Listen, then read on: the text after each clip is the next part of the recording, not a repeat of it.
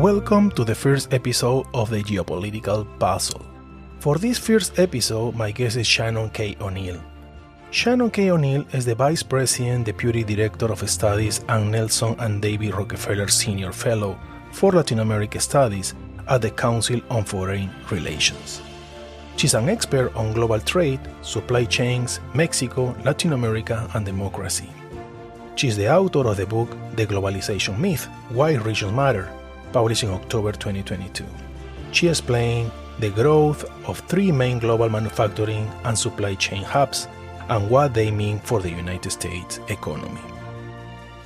In this episode, I discussed with Shannon O'Neil to analyze Latin America and its great opportunities in times of regionalization and geopolitics.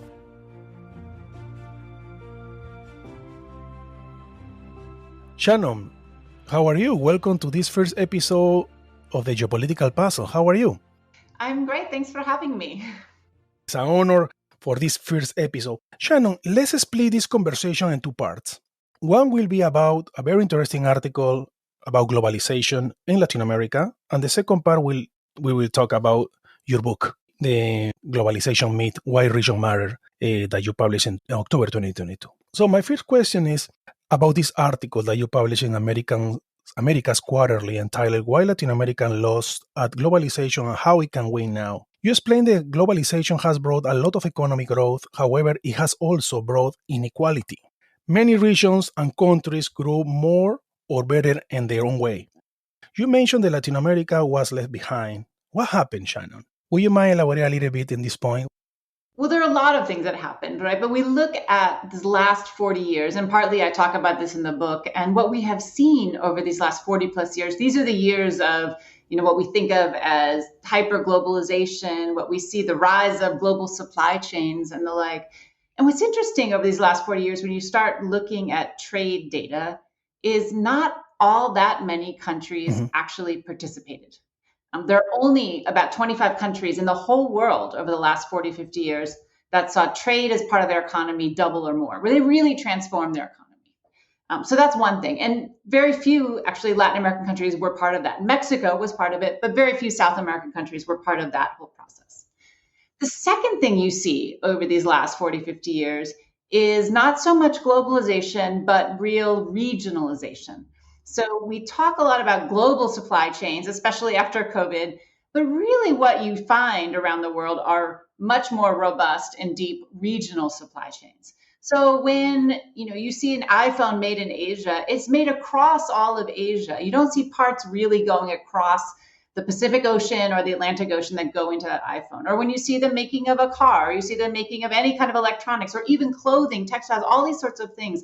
They're much more robust regional supply chains that countries trade with each other. And that's part of those who won at globalization. Many Asian countries, many European countries, Eastern European countries, North American countries, including Mexico. What we see in Latin America actually is not a lot of regionalization. And so while trade within Europe, about 2/3 of trade, 60+%, stays within Europe, they make things together and buy them from each other. Trade in Asia now is 60% stays within Asia. When we look at especially South America, but Latin America, only about 15% of trade stays in the region. When South American nations trade, they go far away. Exactly. I think one of the reasons why Latin American growth has been slow, and we haven't seen prosperity grow, part of it is we haven't seen these countries turn to each other. We haven't seen the regionalization that allowed so many Asian or Eastern European countries to take off. Countries that, 40 years ago were at the same GDP per capita, the same kind of level of overall wealth as you've seen in Latin American countries. When I read your article, an interesting point, that concerning point came up. In the last 30 years, Latin America economies have become less diversified in their production. I must understand that some countries, or most, still depend on their primary, industries like mining, Peru mining and tourists, Chile just mining and wines, but no more than that. What are your thoughts about that? Yeah, so Latin America is one of the parts of the world that has been suffering the most from what economists like to call premature deindustrialization. So losing your manufacturing sector before you became a high-income economy. So you go to the United States, you go to Europe, and services are the biggest part of these economies. But they're already wealthy countries. They've already made that leap, and then all of a sudden they become a service-oriented economy. And Latin American countries, along with African countries, are a group of countries that are really middle income countries. So they haven't yet become, a wealthier, high income set of countries, but they're losing their manufacturing sector. And, Brazil is one of the countries that suffered most. We've seen almost a 10 percentage point drop of manufacturing as part of overall GDP, but so has Argentina, Peru, Chile, you can name lots of other countries. And as you rightly mentioned, they've become much more dependent on commodities. And even a country like Chile, which has worked hard to diversify, where they export wine and berries, blueberries and all kinds of other agricultural products, whatever they do, and they have managed parts of that economy well over the last 40 years, but copper remains their number one export. They haven't been able to really diversify their economy in that sense. And so, there's a question about why this is. And there are a good number of reasons here, I would say. But one of the big ones is their inability to regionalize. You look around the world and no country alone makes cars by themselves, not even the United States, right? The reason that the North American car industry is so strong and robust is because it is precisely a North American car industry.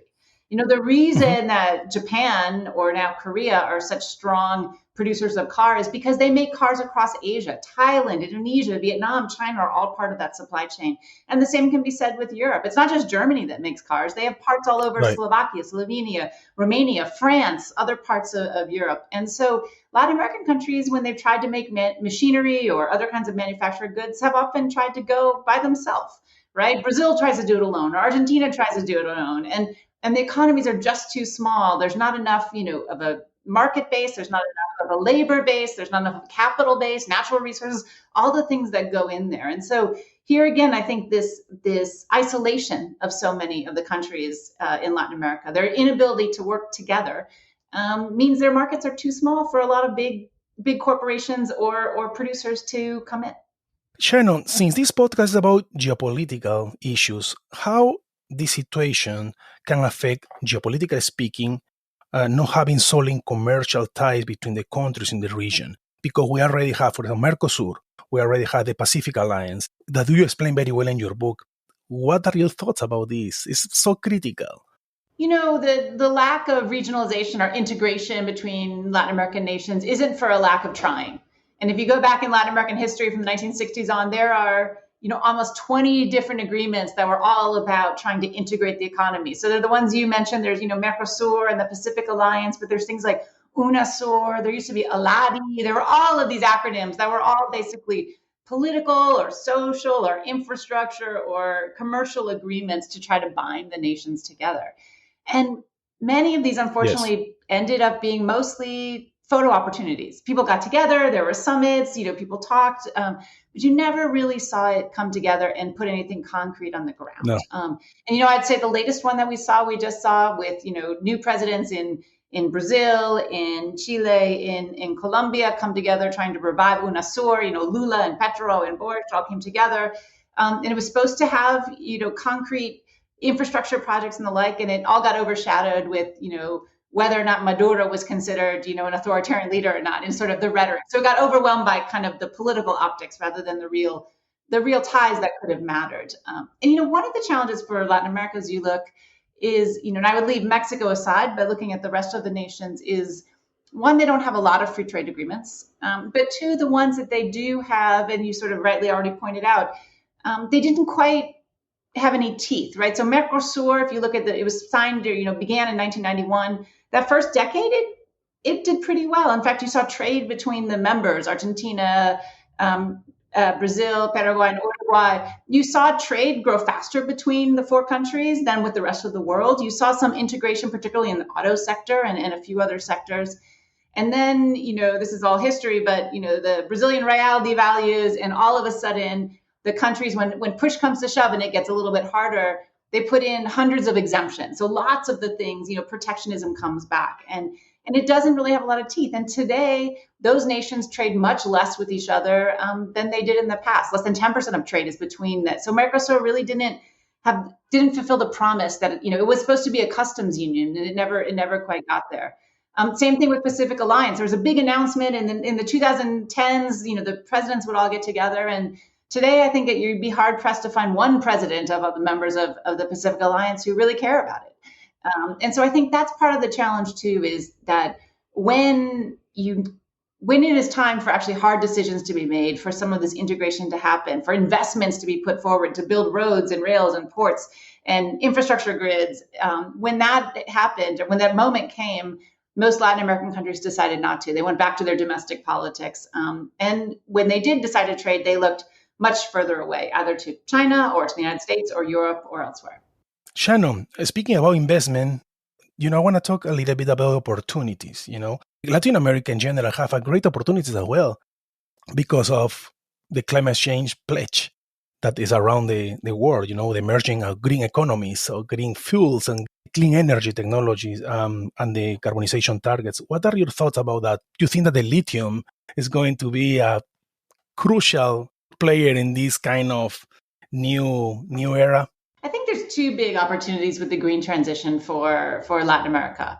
The first is that this is a region that is actually much further ahead, especially in electrification and green electrification, right? Renewable energy, than many places around the world. You look at electricity grids, especially in South America, and most of them are some of the cleanest in the world, where a majority, sometimes a vast majority of energy is already produced in clean ways. And the real challenge in South America is often not electrification and methane or kind of carbon emissions from that. The real challenge is deforestation. That's where some of the battles happen in South America.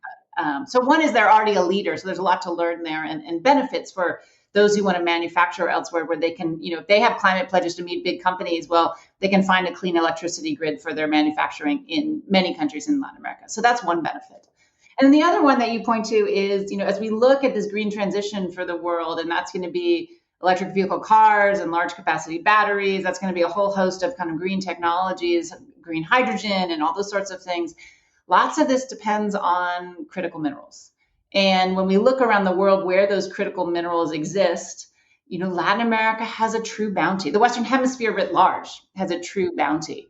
Now, challenges in the way people think about this is many of them exist in the Western Hemisphere, while the processing and refining does not exist in the Western Hemisphere. And that is the challenge that the United States government, when they talk about national security or their Inflation Reduction Act, another thing is to make sure not just the mining happens, but the refining and processing, so you're not dependent on one country. And in many of these minerals, it's China. China controls 80, 90, almost all of the market here in refining. So that too is a place where potentially Latin American countries could both, they have the mining, they could also do the refining and processing and begin to climb that value added chain. I would say, to go back to my theme of regionalization, if you're trying to attract, big world-class companies and investments and the like, thinking about it more broadly than just one country is also a way to go. So refining lithium for many countries is a way to go. Thinking about electricity grids or thinking about other kinds of green technologies across nations, electric vehicle car production, and those things across nations will make Latin America much more attractive for the companies to think about putting strongholds within. Exactly, and more opportunity for creating new jobs. Let's discuss, Shannon, about your book, The Globalization Myth, Why Region Mattered. It's a robust case for regionalization. Why hasn't the world globalized, in your opinion? Well, it's interesting. Like we have lots of, if you read the news and you listen, watch TV, people say, oh, it's hyper globalization. The world is flat. People go all over the place. And the real data shows that is just not the case. And, one statistic which brings it home to me is the average good that is traded. So when things are traded across borders, it travels 3,000 miles. And so that is the distance between sort of New York and Los Angeles, right? It doesn't get you to Shanghai. It doesn't get you to Berlin. It is much closer than you would think. So sure, there are global supply chains that traverse the world. There are companies that are global, right? Boeing is global, or you can find Coca-Cola in every single, town all around the world, right? It's not that those don't exist, they do. But alongside those, hundreds of thousands, maybe millions of companies, when they go abroad, and they do go abroad, right? We have seen global trade jump from $2 trillion in 1980 to $22 trillion today. So a huge expanse. But when they went abroad, they didn't go so far away. And one interesting story here is that McKinsey, which is a big global consulting firm, and they do lots of reports, they surveyed about 600 companies. And they found that when companies go abroad, and go international, they tend to raise their profit margins, so companies get more profitable. But the further away they go, then their profits start to come back down. So if you go to the country next door, your profits go up. If you go to countries on the other side of the world, your profits tend on average to go back down. In fact, McKinsey dubs this, they call it the globalization penalty, that there's something about going far, far away that makes it more expensive for you to operate. And what that is, for some things it might be transportation costs, though overall shipping isn't, except in COVID years, shipping isn't all that expensive. Technology allows us to talk to each other and do podcasts and things like this. So we're doing that right now across places. But when you're making complex products, you're making, manufacturing goods or other kinds of services, there is something that comes with distance that makes things more costly. You're not on the same time zone. Maybe you don't speak the same language. Maybe your legal systems are different or your accounting systems are different. So you need more lawyers and others to help you with that process. Or maybe you just don't have that cultural connection, that trust that matters so much when you're doing complex things. And no matter how cheap the phone call is or the video is, it's still very difficult to make an airplane or, do other kinds of very, sophisticated things without problems. Before wrapping up, Shannon, my last question will be your best advice for the leaders in Latin America. As you mentioned in your book, there are only 3 emerging hubs: Asia, North America, and Europe. My best advice here is it's for the CEOs and it's for the business community, but it's also for the policymakers, because what Latin America nations and countries need to do, and it's both business and policymakers working together, is they need to invest in the things that matter for business in the 21st century. So that is education. Human capital is as important as financial capital. They need to invest in infrastructure. So to make logistics, the cost of bringing things in and going out of countries, to make those lower than they are, in places where that can be a huge cost for businesses to get in and out. They need to invest in the digital economy, so making sure connections are as affordable and as convenient as possible. They need to invest in green energy. Latin America already has it there, but they need to keep it and make sure they don't go back, because companies really care about that. So there's lots of things they need to do. They need to tie themselves to their neighbors. They need to think about regional projects, not just proximity. But what I would say is that right now, because of all kinds of factors, because of automation, because of AI, because of demographics, but especially because of geopolitics, we are seeing a once-in-a-generation fluidity to global supply chains. So companies are out there looking for new places to put manufacturing facilities, to put services, to put production, to look for markets in ways that they have not done for 40 plus years. And so there is a opportunity for those countries that didn't benefit from the last round of globalization. And I'd put lots of Latin American nations among those. There's an opportunity today for those business leaders and policy leaders that wasn't there a decade ago. But it needs to happen in the 2020s. It's not going to be far from the future. It needs to happen now. Shannon, where people can contact you, where people can read these kind of articles you publish in different kind of outlets, where people can contact you, where people can get your book. So I am at the Council on Foreign Relations, so you can find me there, and I have a distribution list. If you want to get the articles I write, you can sign up there. And then the Globalization Myth is available at your bookstores, on Amazon, wherever you like to read. So you can find it all there.